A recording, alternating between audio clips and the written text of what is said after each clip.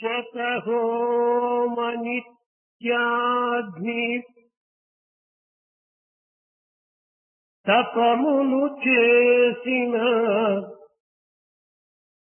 జప హోమ నిత్యాగ్ని తపములు చేసిన సరిరావు హరినామ స్మరణ కన్నా తీర్థయాత్రలు కొన్ని తిరిగి సేవించిన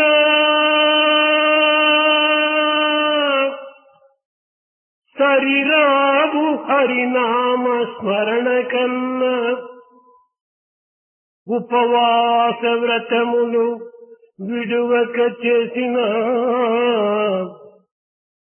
సరిరావు హరి నామ స్మరణ కన్నా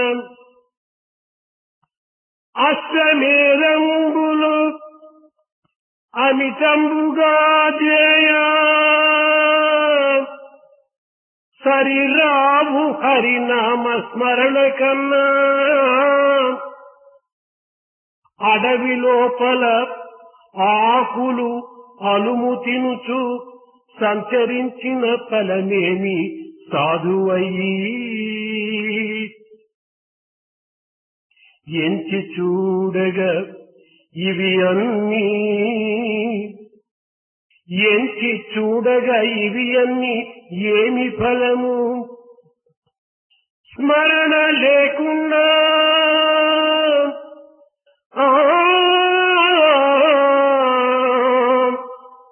స్మరణ లేకుండా హరి కరుణ కలుగబోదు స్మరణ లేకున్నా హరి కరుణ కలుగబోదు స్మరణ లేకున్నా హరి కరుణ కలుగబోదు.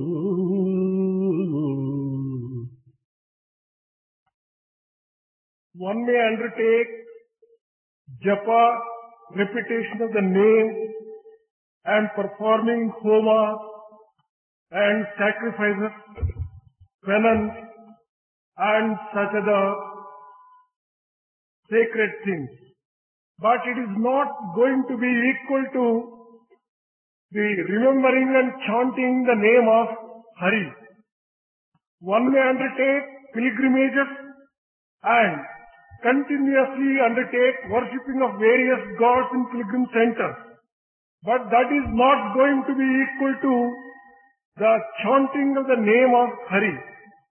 One may undertake performing of sacrifices such as Ashwamedha and in any number, but that is not going to be equal to the chanting of the name of Hari.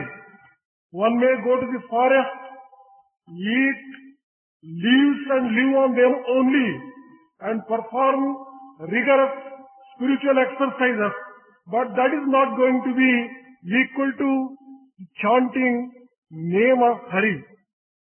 Only by such smarana, remembrance, constant remembrance of Hari, you would be able to get His compassion and His grace. Otherwise, not. వేద వేదాంగమును వల్లెవేసియున్న వేద వేదాంగమును వల్లెవేసియున్న పద్య గద్యంబులను గూర్పగలిగియున్న చిత్తశుద్ధియు లేకున్న చెడును వాడు చిత్తశుద్ధియు లేకున్న చెడును వాడు సత్యమును తెలుపు బాట సత్యమును తెలుపు బాట ఈ సాయి మాట.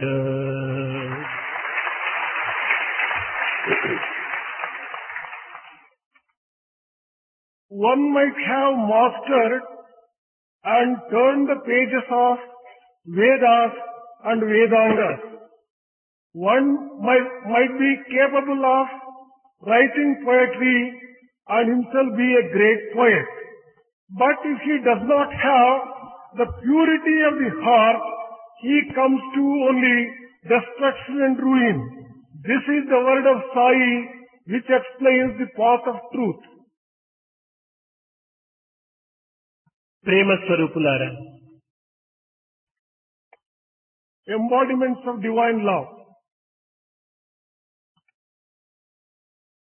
ఎంతటి తెలివితేటలు గలవాడైనను, ఎంతటి విద్యావంతుడైనను అంతఃకరణ పరిశుద్ధియే లేకుండినా ఆత్మానందమును అనుభవించలేడు. However clever a person be, however much of education he might have acquired, if he does not have purity of heart, he cannot enjoy bliss of Atma. చిత్తశుద్ధి నిమిత్తమై ధ్యాన, తప, యోగ, ధర్మం ఇత్యాది సత్కర్మలు ఆచరించి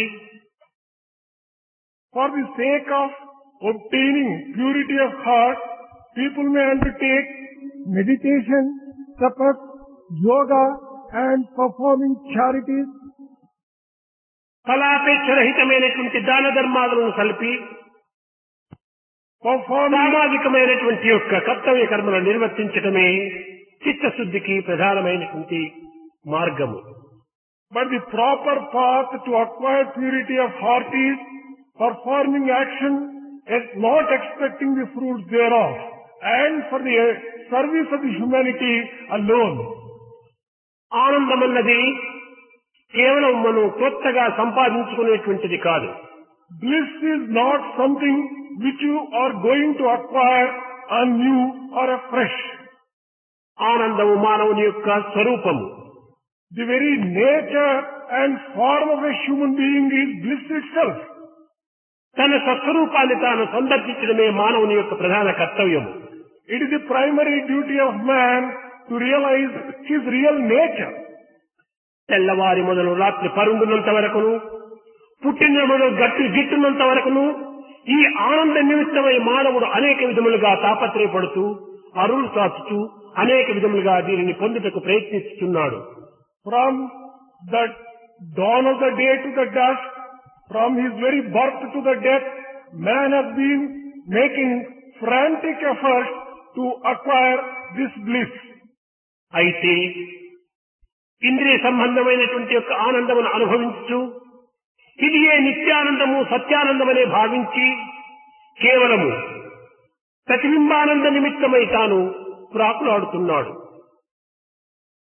But what he is actually enjoying is the joy arising out of the sense enjoyment. But it is only a reflection of the real Ananda. It is only a reflection and an image of real Ananda, not real Ananda itself. కానీ ఈ ప్రతిబింబానందము నిత్యానందము కాని ఆత్మానందం కానీ కానేరదు. This reflected Ananda or joy cannot be equal to the true Ananda itself. అక్షయానందం, అద్వైతానందం, అతీతానందమైనటువంటి యొక్క బ్రహ్మానందమునే మానవుడు నిజముగా అనుభవించవలసి ఉంటుంది. What man has to really enjoy is that particular bliss which arises out of the experience of oneness and unity. ఈ క్షణికమైనటువంటి యొక్క భౌతిక ఆనందమును అనుభవించుకున్నది కోరికలు పెరుగునే కానీ తరుగవు. As man goes on enjoying more and more these transitory and transient pleasures, his desires will multiply. They never get కోరికలు rid. పెరిగి పెరిగి They go on multiplying.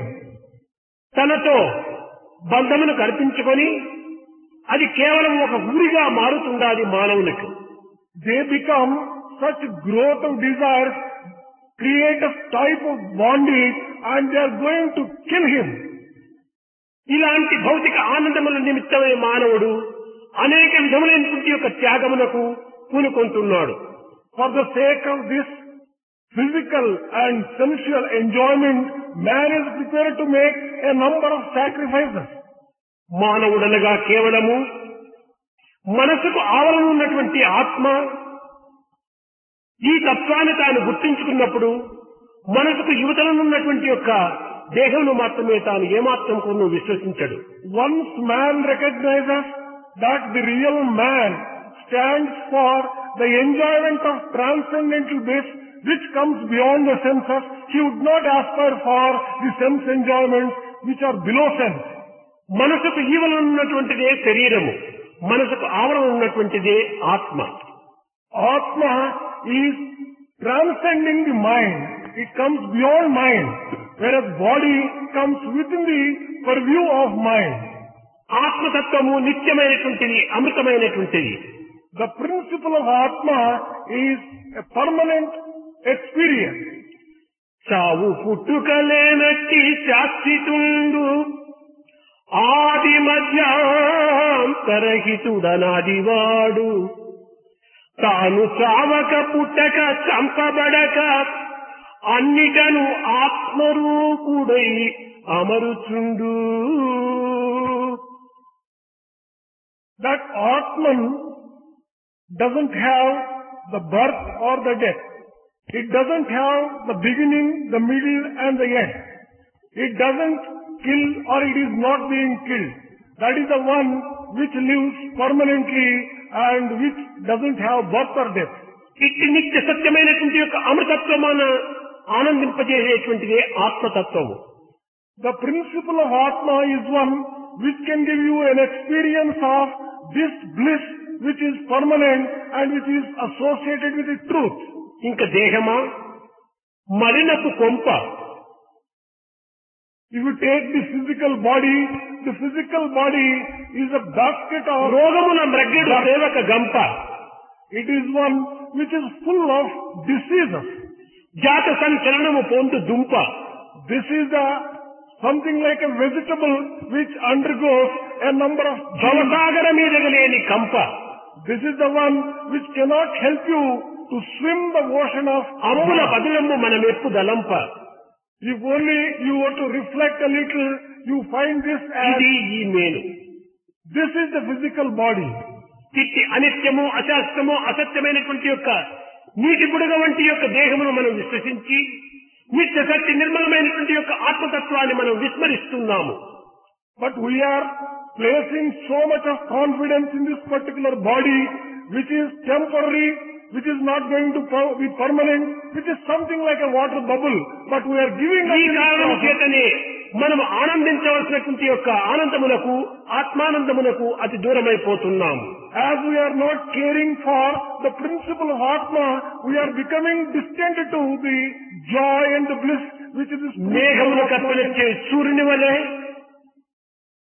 it is like the sun behind the clouds. నిమురు కప్పిన నిప్పు వలె, it is the cinders covered by the ash. సోర కప్పిన కంటి దృష్టి వలె, it is like the cover for the eye which has covered పాచి కప్పిన నీరు వలె, it is the mass which has covered the water. రాగద్వేషములతో కప్పినటువంటి యొక్క ఈ చిత్తమునకు ఆత్మానందం ఏ రీతిగా లభ్యమవుతుంది?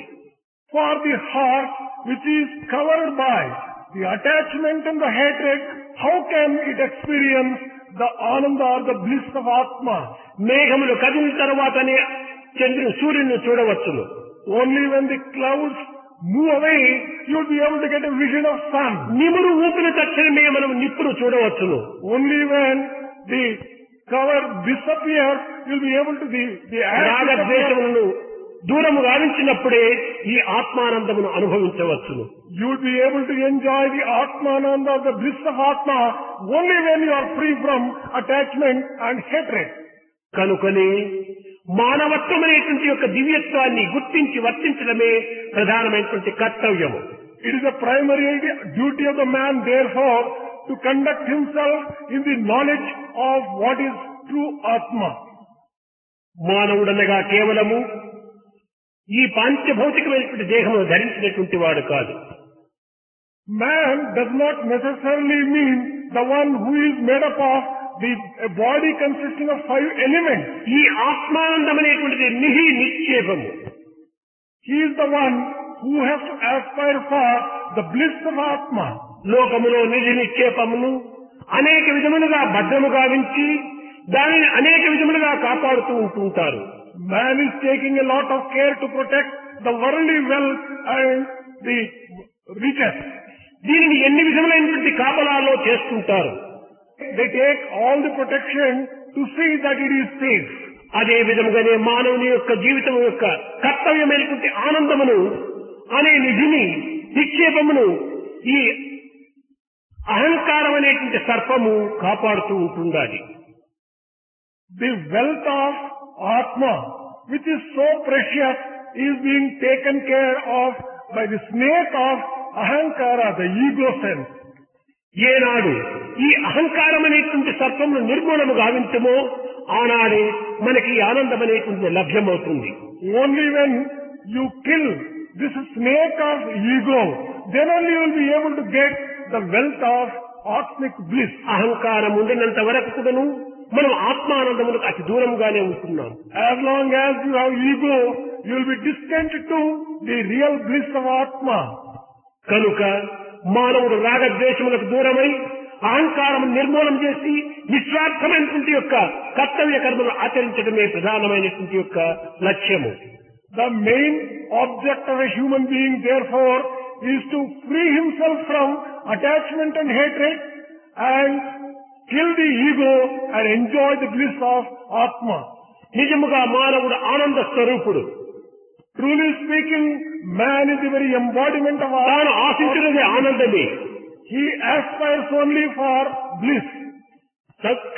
ఈ సౌఖ్యముతో కూడినటువంటి యొక్క నిధి ఈ యొక్క మానవత్వము.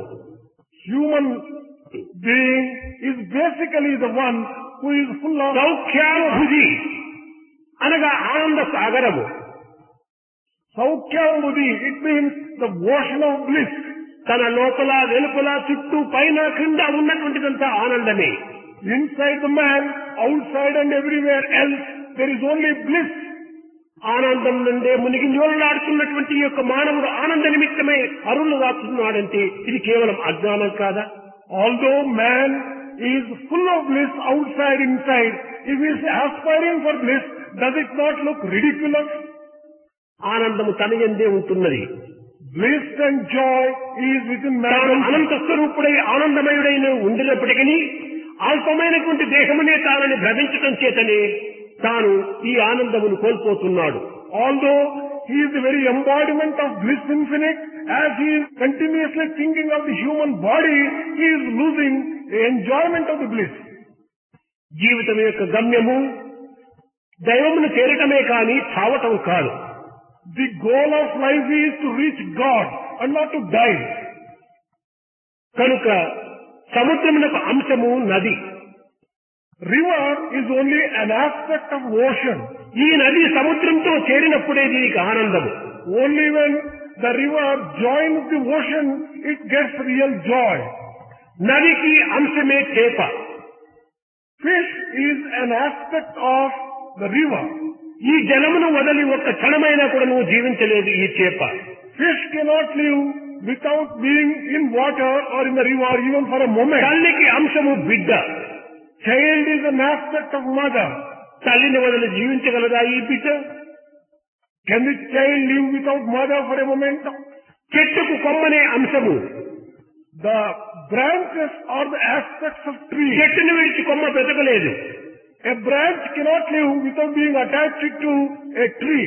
కనుకనే దైవాంశమే మానవుడు. Therefore, we have to recognize man is an aspect of మానవుడు divinity. దైవంను విడిచి ఉండలేడు, బ్రతకలేడు. Man cannot live away from divinity.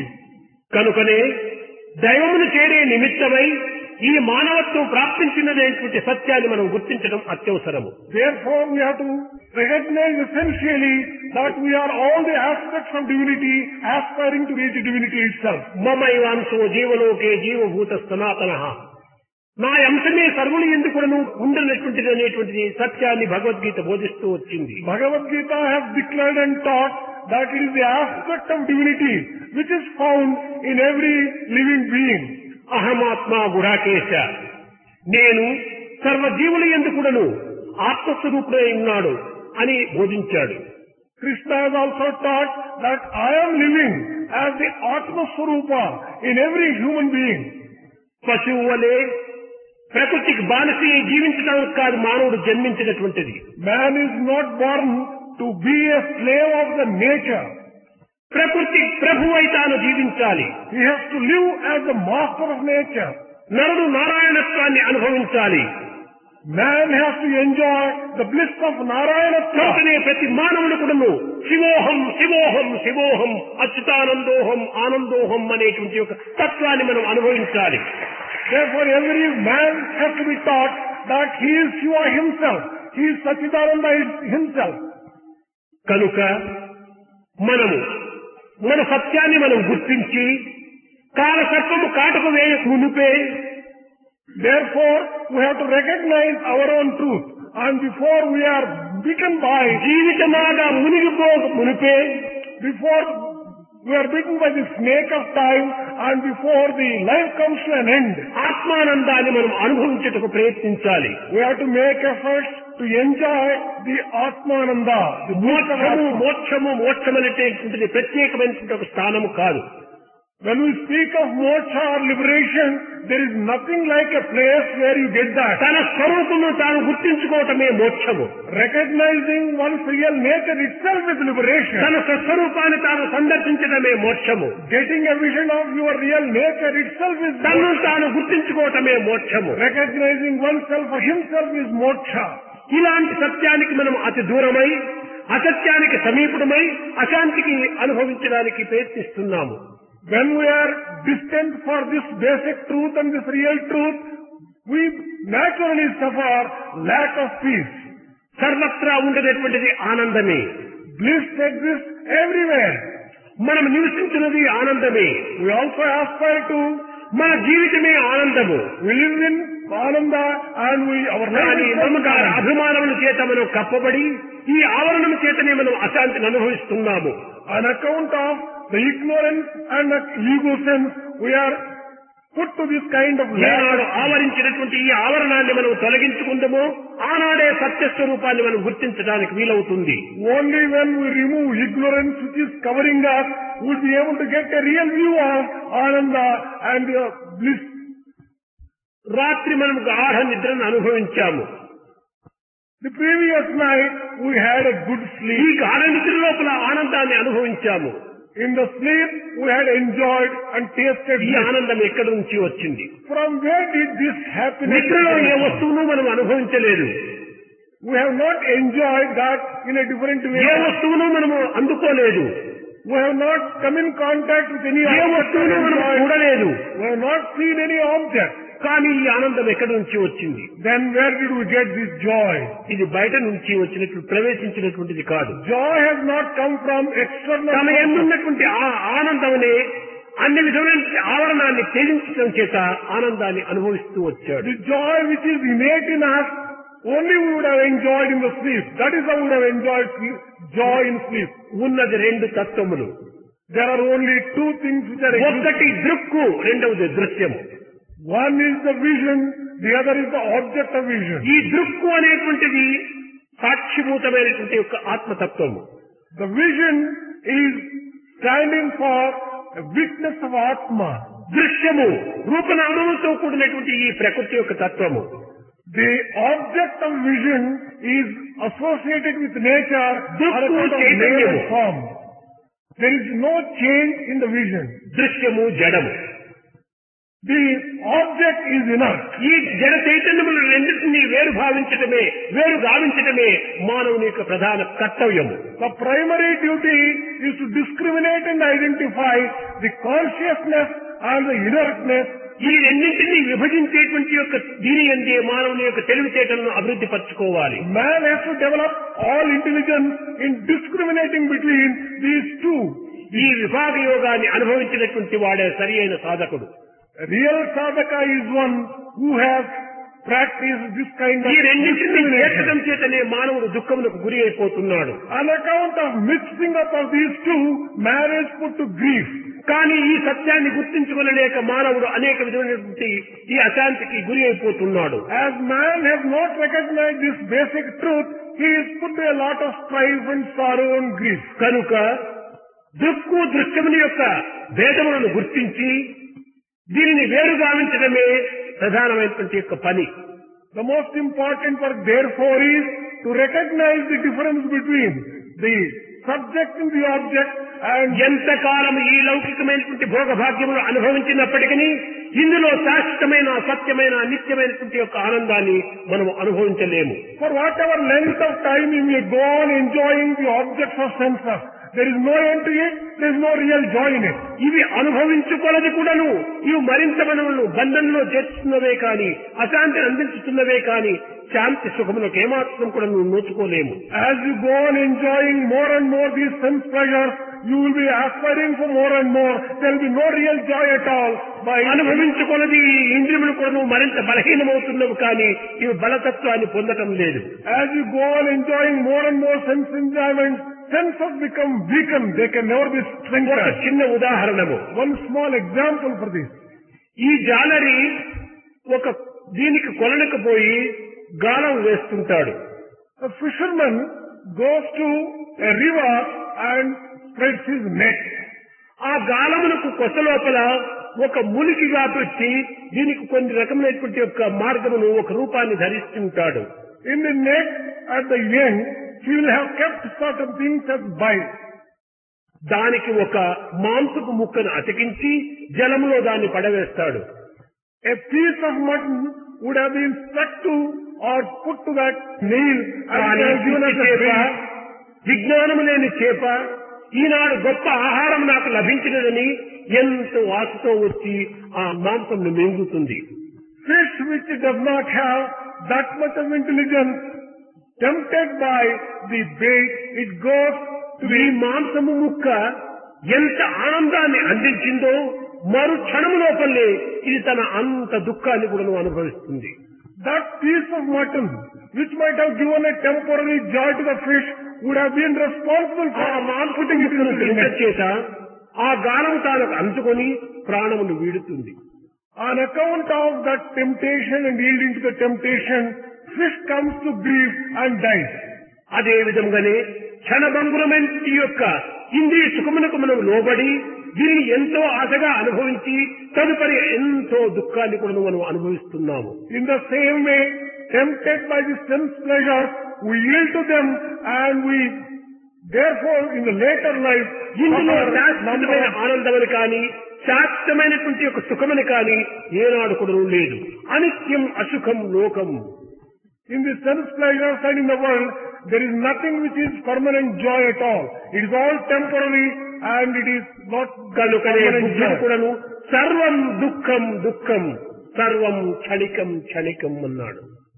It is in this context Buddha also has declared that everything is temporary, temporary and everything is ఈ full of సత్యాన్ని sorrow. గుర్తించినటువంటి వారే ఆనాటి మహారాజులు కనుకనే సర్వ సౌఖ్యములు ఉండినప్పటికీ సర్వ సదుపాయములు అనుభవించినప్పటికీ సర్వసంగ పరిత్యాగులై పరమాత్మని యొక్క ఆనందాన్ని అనుభవించి నిమిత్తమై అడవులకు ప్రయాణమై వెళ్ళారు.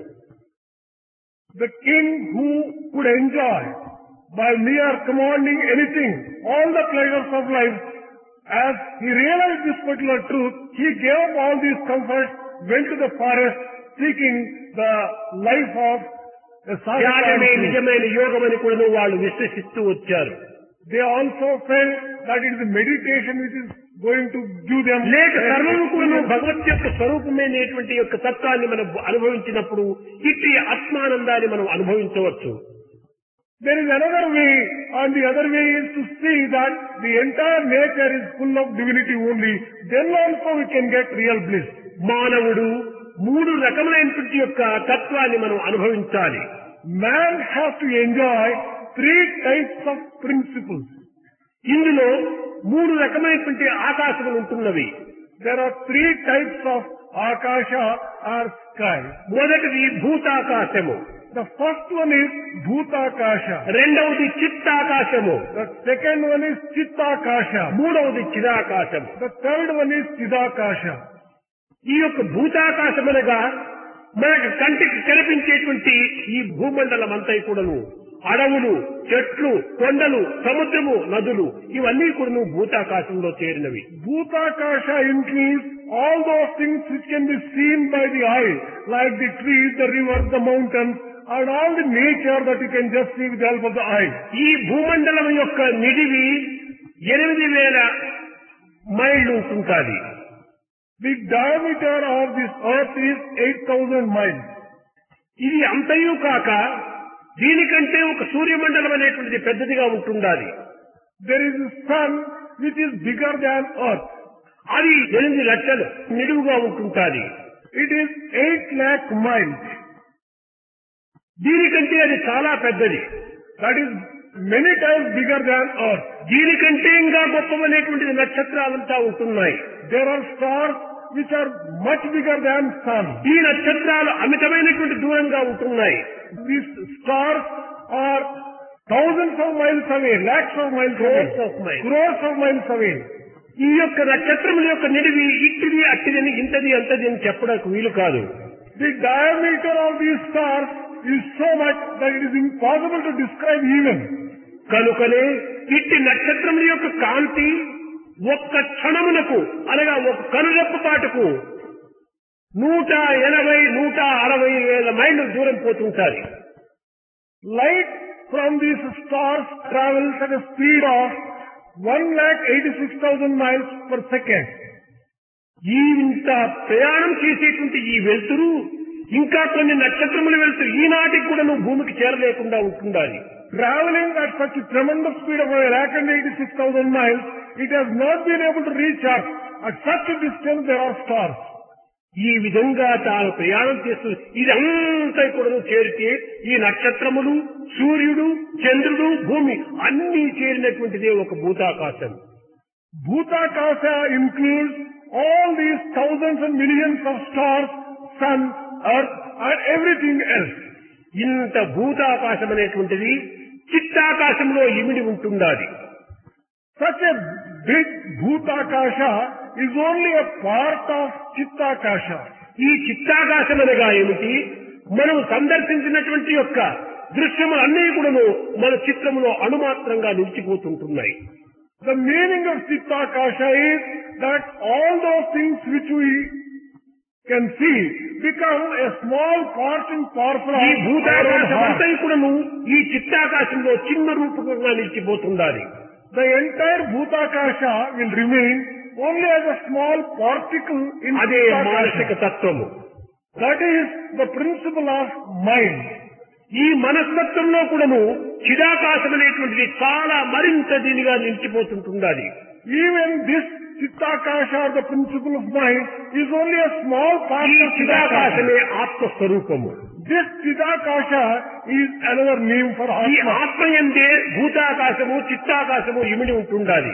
In this Atma, this Bhutakasha and Chittakasha are submerged under అనగా God's సమస్త power. బ్రహ్మాండమంతా కూడాను ఈ యొక్క ఆత్మతత్వము నుండి ఇమిడి ఉండటం చేతనే ఆత్మనే సర్వస్వము అనేటువంటి దీనిలో మనం గుర్తించడానికి వీలవుతుంది. The entire creation is only a small part of Atma. Therefore we can say that Atma is everything. ఇట్టి ఆత్మానందాన్ని అనుభవించడమే మన ప్రధానమైనటువంటి కర్తవ్యము. It is a primary duty of all of us to enjoy this Atma. నిజంగా మనం ఆనందమై కూడాను ఆనందాన్ని అనేక విధములుగా కూడాను బయట ప్రపంచంలో మనం వెతకడానికి ప్రయత్నిస్తున్నాము. Although we are the very embodiments of Atmananda itself, still we are trying to search for Atmananda elsewhere. తన in the దృష్టిని human తన mind. అంతర్ముఖం గావించుకోవాలి. Man has to turn his thinking inwards. మన దృష్టి బహిర్ముఖంలో తిరుగుతున్నంత కాలం కూడాను మనకి ఈ ఆత్మానందం లభ్యం కాదు. So long as your vision goes outward, you will not be able to enjoy the bliss of Atma. కస్తూరి మృగము ఏదో కొంత వాసనను గమనించి అడవంతా సంచరిస్తుందట తన యొక్క కస్తూరి వాసన ఎక్కడి నుంచి వస్తుంది. A musk deer, getting the smell of musk, goes in search of it in the entire forest. తిరిగి తిరిగి తిరిగి ఈ కస్తూరి మృగము అలసిపోయింది. Going in search of that particular smell, it got tired and ఒక exhausted. చల్లని ఛాయ కింద కూర్చొని విశ్రాంతిని పొందాలనుకుంది. It went near a tree, and in the shade of the tree it wanted to take a rest. అలసిపోవటం చేత తన ముక్కు తన బొడ్డు దగ్గర పెట్టుకొని నిద్రించడానికి ప్రయత్నించింది. As it was tired, it kept its nose, its mouth near its stomach, and it went to sleep. తక్షణమే అక్కడి నుంచి ఏదో కస్తూరి వాసన ప్రారంభమైంది. Immediately it got the smell of musk. క్రమక్రమేణా ఈ వాసన తన నుండే వస్తుందని గుర్తించింది. Gradually it realized that the smell of musk it is getting from within its own body. అప్పుడు ఈ యొక్క మృగము ఇంకెక్కడ కూడా సంచరించకుండా ఒకే స్థానంలో నిలిచిపోయింది. Once it realized this truth, it stayed there itself without going in search of అదే it. విధంగానే మానవుడు ఈనాడు ఈ ఆనందము బాహ్య ప్రపంచమునందు ఉన్నదని ప్రపంచంలో సర్వత్రా కూడా సంచారం చేస్తున్నాడు. Like the musk deer, man today thinking that joy is A external, ఉద్యోగంలో నాకు ఆనందం లభిస్తుందో అని ఉద్యోగాల కోసం ప్రాకులాడుతున్నాడు. thinking that joy is obtained in getting a job, he is looking for A joy. వ్యాపారంలో నాకు ఆనందం లభిస్తుందో అని వ్యాపారంతో కుంగిపోతున్నాడు. Expecting joy in business, he is also undertaking business. ఏ వ్యవసాయంలో నాకు ఆనందం లభిస్తుందో రాత్రి పగలు శ్రమించిపోతున్నాడు. Similarly, expecting joy in cultivation and in agriculture, he is తన undertaking ఆనందము వ్యవసాయములో లేదు, వ్యాపారంలో లేదు, ఉద్యోగంలో లేదు. తన ఆనందం తన యందే ఉంటున్నది. His joy is not found either in the business or in the agriculture or in job.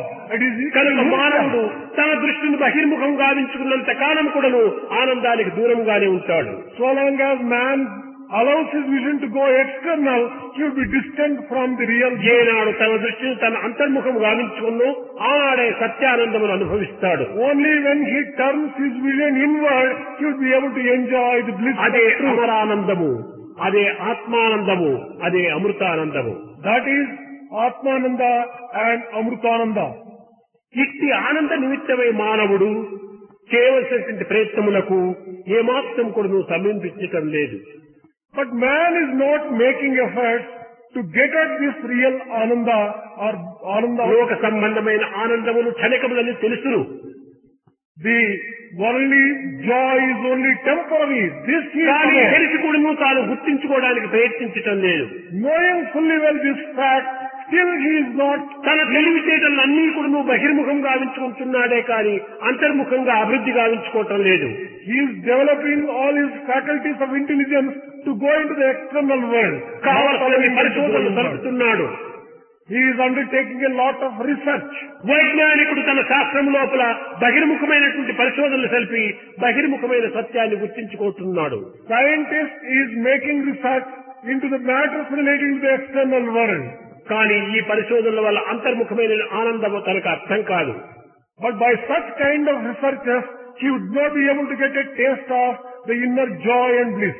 ఏనాడు ఆత్మానందమును అనుభవించాలని కోరుతాడో Only that day when he aspires to have అట్టి Atmananda, మానవుడు బహిర్ముఖమైనటువంటి దృష్టిని కొంతవరకు అణుచుకోవడానికి ప్రయత్నించాలి. such a man must make an effort to control his vision going external and ఒక్క outward. దైవం నుండే ఇచ్చి ఆత్మానందం మనకు ప్రాప్తించదు కానీ వస్తు వాహనాదులు కందు కానీ విషయములు ఎందుకు కానీ వ్యక్తులు ఎందుకు కానీ మనకి ఈ ఆనందం లభించదు. One can get bliss of this divinity and this sacredness only in divinity itself and not in the external objects or and in nature. కనుక అట్టి ఆనంద నిమిత్తమై ఆనాటి గోపికలన్నీ కూడాను అనేక విధమైనటువంటి పరితాపములు అనుభవిస్తూ వచ్చారు. Gopikas of those days, expecting and aspiring for that kind of ananda, made every effort. ఓ దైవమా, నిన్ను వదిలి ఒక్క క్షణమైనా మేము ఉండలేము. They prayed, "Oh Lord, we would not be able to live without you even for a moment. నీ తత్వము మా తత్వంగా మారిపోవాలి. Your principle should become one with our own మా principle. తత్వమే నీ సత్యంగా మారిపోవాలి. Our principle itself must become truth. సత్యమే తత్వం కావాలి, తత్వమే సత్యం అయిపోవాలి. Truth must become the principle of the physical body and that itself must ఈ become విధమైనటువంటి truth. ప్రజ్ఞాన దృష్టితో వాళ్ళు పరిశీలన చేస్తూ వచ్చారు. With this kind of discrimination, they approach it to understand. అట్టి ప్రజ్ఞానమనే బ్రహ్మగా భావిస్తూ వచ్చారు.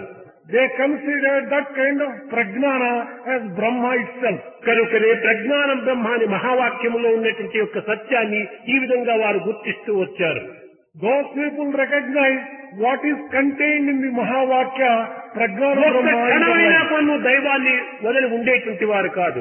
They were not prepared to live even for a moment without divinity and without దైవం ఏ knowledge. రూపంలో ధరించినప్పటికీ ఆ రూపంలో సమీపంగానే తాము జీవించాలని ఆశించేటువంటి వారు. They were aspiring to live to divinity in whichever form he takes. సర్వత పాడిపాదం. భగవంతుడు సర్వస్వరూపుడు. God takes every form. సర్వత్రా ఉండేటువంటి వాడు. He is everywhere. ఇలాంటి పరమాత్మను ఎక్కడని వారు పరిశోధన చేయటం, Where can you get him exclusively ఎక్కడ in one అన్వేషణ place? జరపటము, Where to search for him exclusively in one place? అంతా భగవంతుని యొక్క సంకల్పమే. Everything is the sankalpa and the will of Lord. ఏకోహం బహుశ్యామని తానే సంకల్పించుకున్నాడు. Lord had a sankalpa and a will that he was one. సర్వ రూపములు కూడా తానే. All the forms are his. వీటిని సంకల్పించుకొని అనేకత్వం ఉన్నటువంటి ఏకత్వాన్ని గుర్తించమనే కర్మ, ఉపాసన, జ్ఞాన మార్గాన్ని అందిస్తూ వచ్చాడు.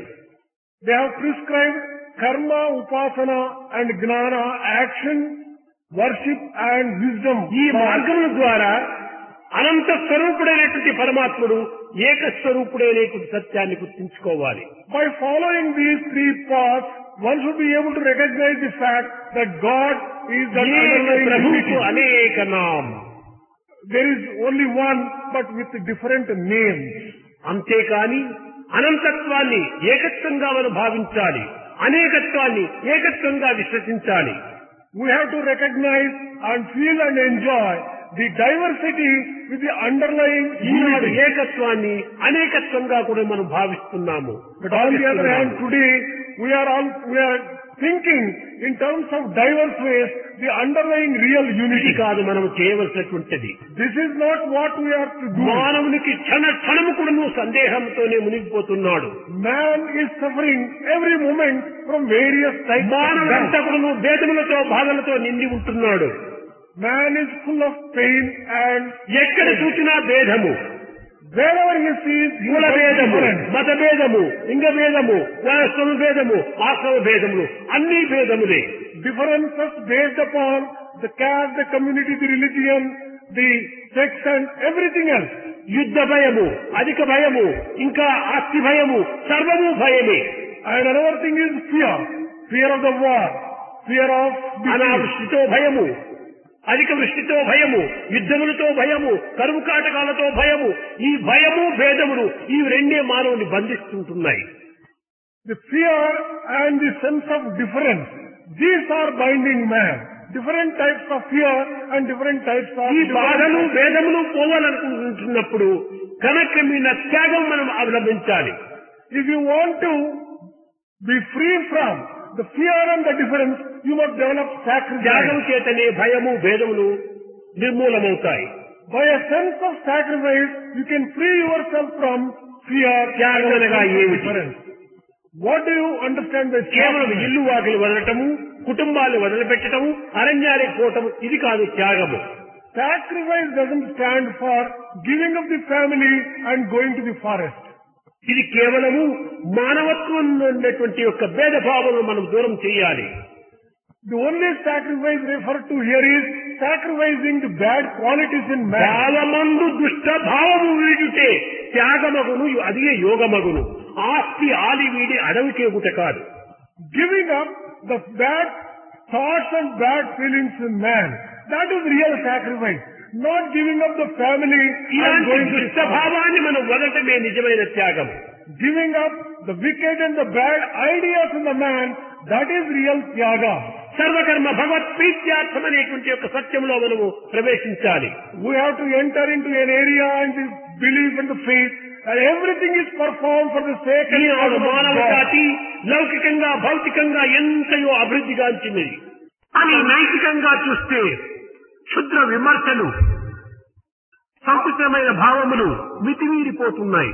But if you view it from the point of morality, there is a lot of meanness and wickedness.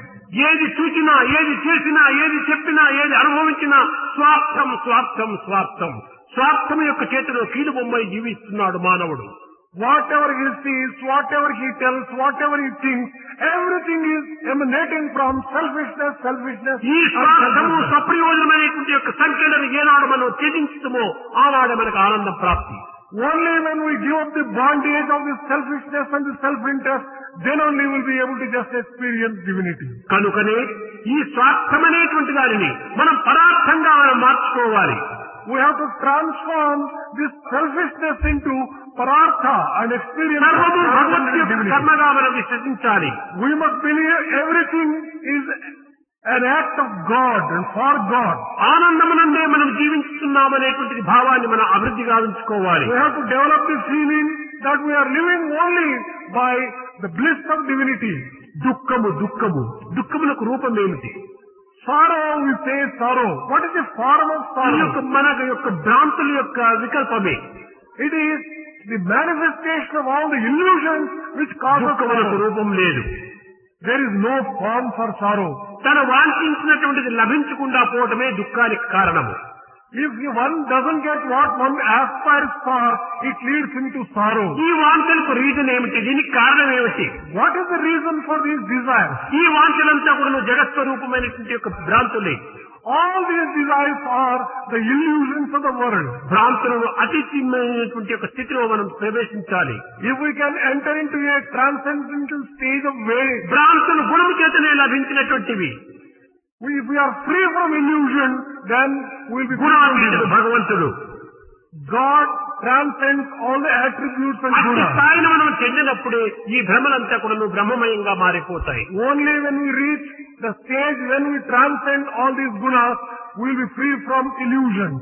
కనుకనే ఆనాటి గోపికల యొక్క భ్రాంతులన్నీ కూడాను కేవలం ఒక కృష్ణ భ్రాంతి తప్ప అన్య భ్రాంతులు వాళ్ళకి ఏమాత్రము లేవు. The Gopikas of those days only had one illusion, if you can call that illusion at all, illusion of Krishna. వారు And ఏ no చదువును nothing else. చదవలేదు. They didn't have any other ఏ వేద Krishna. శాస్త్ర ఇతిహాస పురాణములను పఠించలేదు. They did not study Vedas and A other. యజ్ఞయాగాది క్రతువులు ఆచరించలేదు. They did not perform any sacrifices for Vedas. నిర్మలమైనటువంటి ప్రేమ, నిస్వార్థమైనటువంటి యొక్క కర్మ. They had only a pure heart and pure love, and every act emanating ఆ from Prema such love. ఒక్కటే చాలు. That love itself is sufficient. అదే అనన్య ప్రేమ. That prema, that love, which is unique, దానినే పరమ భక్తి, that may be described as దానినే సాధ్య భక్తి అని కూడా చెప్తూ వచ్చును. great devotion, paramabhakti, and ప్రేమ ఎక్కడ sadhya-bhakti. ఉండునో అక్కడే శ్రద్ధ ఉంటాది. Where there is love, there is shraddha. and ఎక్కడ శ్రద్ధనో శ్రద్ధావాన్ లభతే జ్ఞానం, అక్కడ జ్ఞానం ఏర్పడుతుంది. where there is earnestness and interest, then there. ఎక్కడ జ్ఞానమో అక్కడే సాధన, Where there is wisdom, there is sadhana. ఎక్కడ సాధనో అక్కడే సాధ్యము. Where there is sadhana, one would be able to ఆ reach the goal. సాధ్యమే పరమ భక్తి. That sadhyam, ఆ పరమ భక్తియే అనన్య భక్తి. this paramabhakti itself is called ananya bhakti. ఇది ఏ నిజమైనటువంటి త్యాగము. This is true sacrifice. తన యొక్క దేహ భ్రాంతులు కాని మనోవాంఛలు కాని One should not have one's own illusions of the body and attachment to the body ఏకమైనటువంటి and యొక్క desire. స్వరూపము కృష్ణుడే. For Gopikas, all these things were only one thing, and about that is about Krishna. కనుక ఈనాడు మనకు కావలసినటువంటిది కలియుగములో నామము. In the Kali age, what we really need is the name, sacred name, జ్ఞానము, దానము. sacrifice. నామము దానము రెండే మనకు ప్రధానము. There are only two things which are important. ఏ దానము, ఏ నామము. What name and what dhyana. దానం అంటే నామం పెట్టడం కాదు. దానం అంటే అన్నదానము. నామం అంటే భగవత్ నామం. Dana here, charity refers to feeding the food, giving food as charity. కారణమేమిటి? అన్నం బ్రహ్మ. Food itself is Brahma. That is how you should ఆ think. బ్రహ్మతత్వాన్ని ఈ రూపంలో మనం అనుభవించాలి. We should enjoy the bliss of Brahma Tattva in giving food as నామములో charity. Nominee మనం దర్శించాలి. We have to get a vision of the named one in the name. కనుక నీ ఇక్కడ జడ చైతన్యములు రెండు కూడాను నామిములుగా ఉంటున్నాయి. The entire world consists of the form, the name, and దీనినే క్షేత్రజ్ఞ క్షేత్రముగా రూపొందుతున్నాయి. this also may be described as a Kshetragna. ఇది ఆత్మ అనాత్మగా రూపొందుతున్నాయి. The same thing may be also described as Atma and దీనిని Anatma. దేశీ దేహములను కూడా పిలుచబడుతున్నాయి. The same thing may be described as body and the indwell of the దీన్ని body. శరీరము శరీరి అని కూడా పిలుచబడుతున్నాయి. Same thing may be called as Sariramu and Sariri. అనగా ఒకటి చైతన్యము ఒకటి జడము. That means one is ఈ consciousness, జడ the other is చైతన్యముల inner. యొక్క విభాగమును గావించడమే మన ప్రధానమైనటువంటి యొక్క సాధన. The real sadhana which you have to undertake is to లేక రెండింటిని ఏకత్వం గావించడమే ప్రధానమైనటువంటి సాధన. we'll have to bring about unity between consciousness and the inert world. అందులో మనం ఏకమైనప్పుడే ఈ దివ్యత్వాన్ని మనం అనుభవిస్తాం. When we become one with this particular feeling, then we enjoy divinity. ప్రేమ స్వరూపులారా, ప్రేమ చేతనే పరమాత్మను పొందుటకు ప్రయత్నించాలి. Embodiments of divine love. Only through love we should be able to ఈ get at ప్రేమ God. తప్ప అన్య మార్గంలో ఏమాత్రం కూడా భగవంతుని మనం పొందలేము. We cannot get God by anything other than this love. తపమును చేయవచ్చును. One may perform ఇది tapa. కేవలము ఒక విధమైనటువంటి యొక్క సత్కర్మలుగా భావించవచ్చు. This may be in a way described as good activity. ఇంకా యజ్ఞయాగాది క్రతువులు ఆచరించవచ్చు. Yajnas and the other types of sacrifices also may be తద్వారా ఒక performed. చిత్తశుద్ధి కలగవచ్చు. Through that one may be able to acquire purity of heart. ఇది చిత్తశుద్ధియే కర్మ. ఈ కర్మల ద్వారా చిత్తశుద్ధి కలగవచ్చు. All the actions are meant to purify the heart. తద్వారా మనము స్వర్గాన్ని పొందవచ్చును. Through that we may be able to get heaven. క్షీణే పుణ్యే మత్స్యలోకం విశంతి. తిరిగి ఆ యొక్క పుణ్యఫలమును రచించిన తక్షణమే తిరిగి మత్స్యలోకములో రావాల్సింది.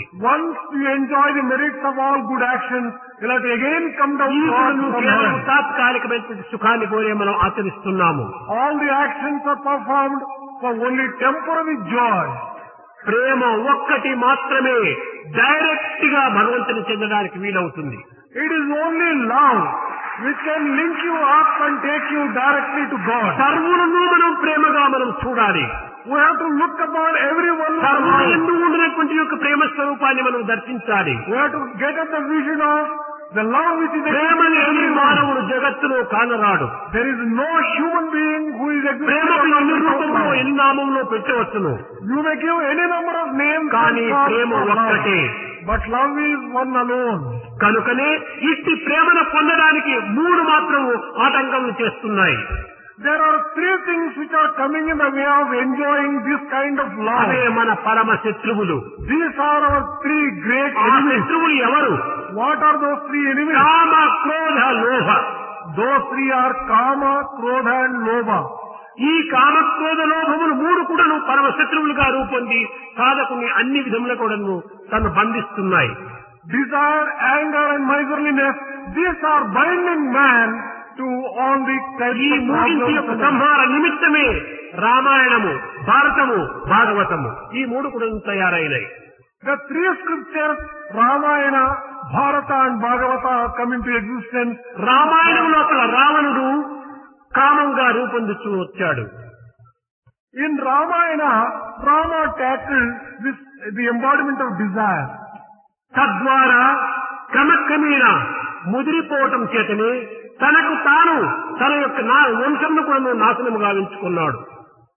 The Ramayana teaches the lesson that desire, when it exceeds all limits, will bring the entire clan to కామము ruin. పెరిగి తన వేసుకొని ఊరిగా మారిపోయింది ఈ రావణునకు. This desire exceeded all limits and it became a cause for the ruin of Ravana. తద్వారా తన వంశంనే నాశనం చేసుకున్నాడు, తన జాతిని కూడా భస్మం చేసుకున్నాడు. Through such kind of undesirable desires and excessive ఇది desires, మనం రామాయణంలో గుర్తించవలసినటువంటి ప్రధానమైనటువంటి యొక్క అంశం. this is a great lesson which you have to learn from Ramayana. భాగవతములో In Bhagavata, దీనిలో హిరణ్యాక్షుడు, హిరణ్యకశిపుడు వీరు కేవలం ఒక ద్వేషంతో జీవిస్తూ వచ్చారు. క్రోధము.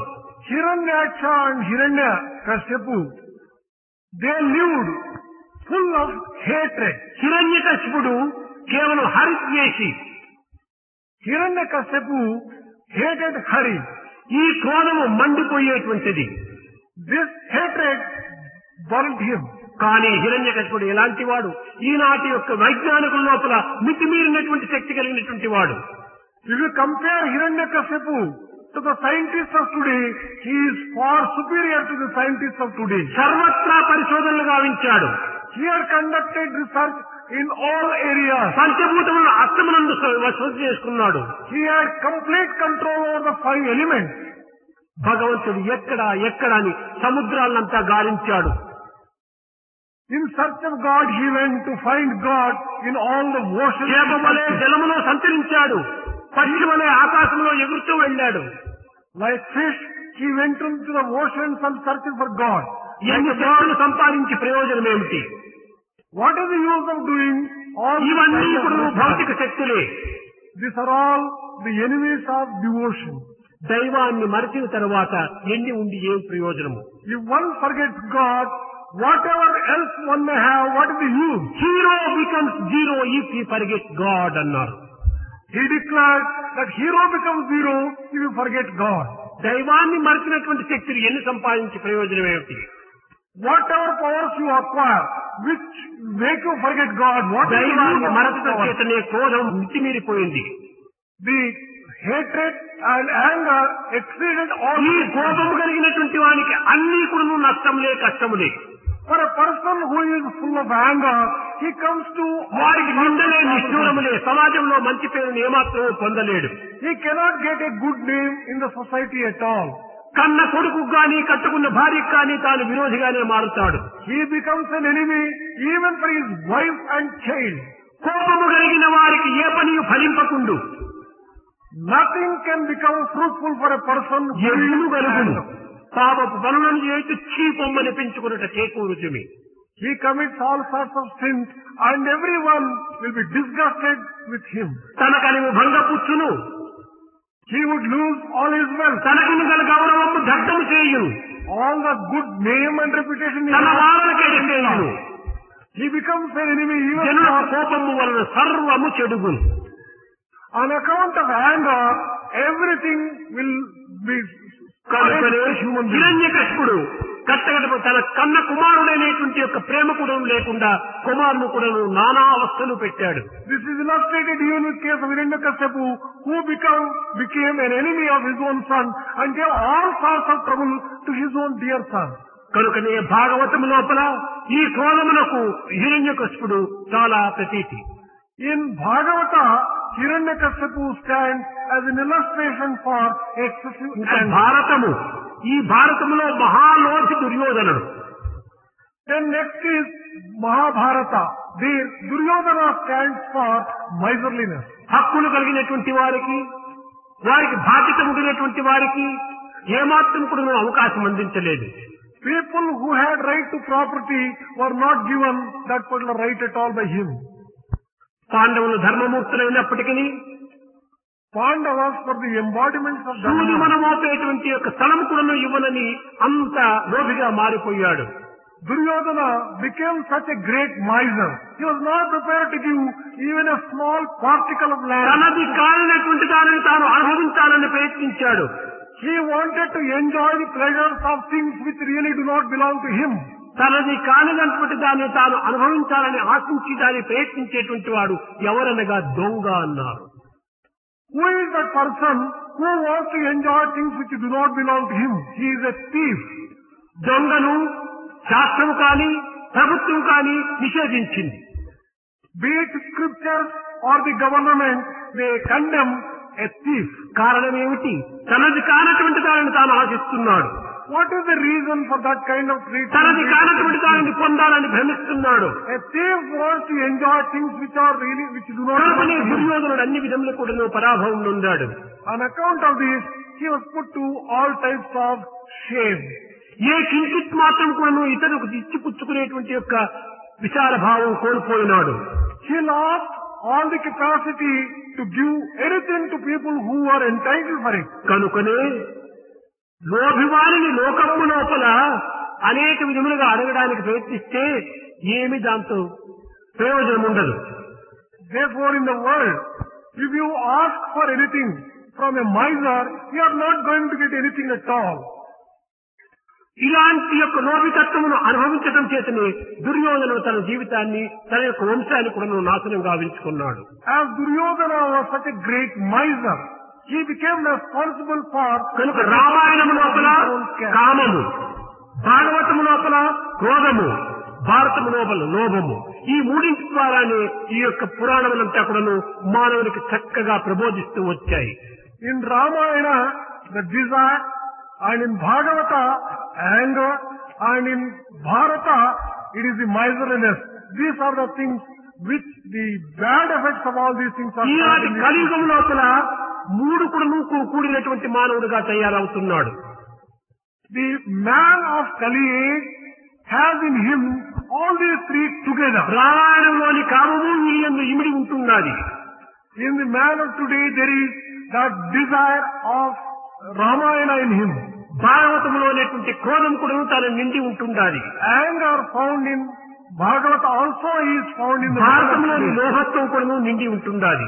The miserliness found in ఏదో ఒక్కొక్క గుణం ఉండటం Duryodhana. చేతనే ఆ యొక్క వ్యక్తులంతా కూడా హతమారిపోగా ఈ మానవుని యందు మూడు గుణములు కూడా నిండి ఉండటం చేత వీడు ఇంకా ఎన్ని విధమైనటువంటి హీన స్థితికి జారిపోతాడో. The men of those days, on account of even one weakness and one evil quality, they came to such suffering and ruin.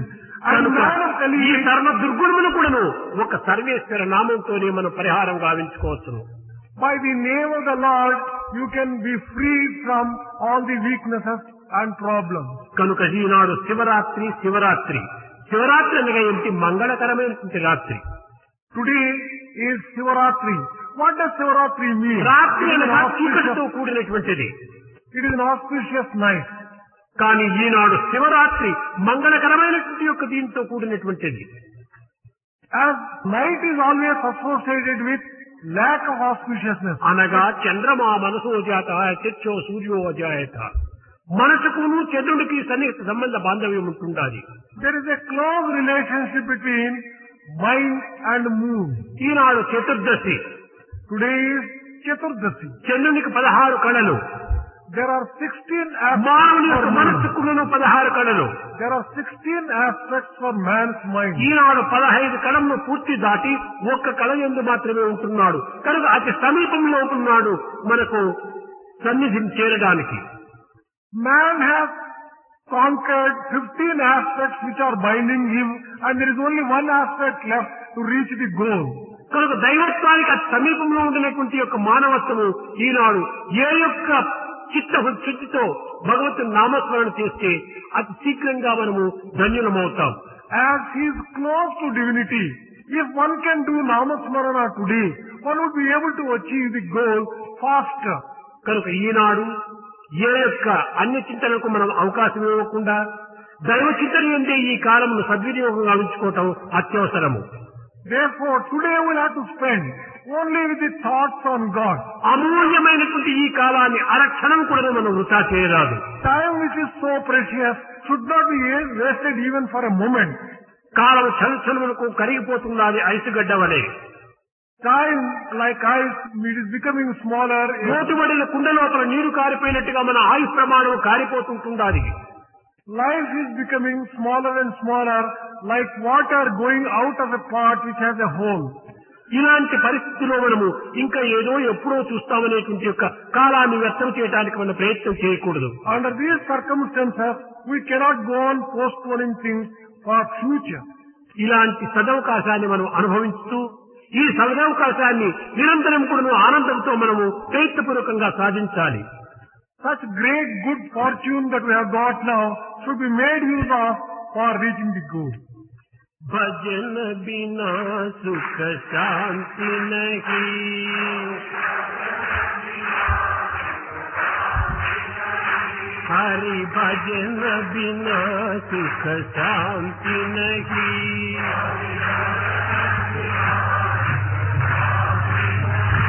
Hari नाम बिना आनंद नहीं,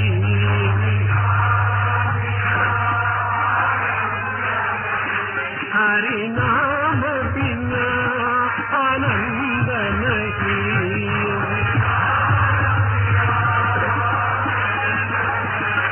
हरि भजन बिना सुख शांति नहीं।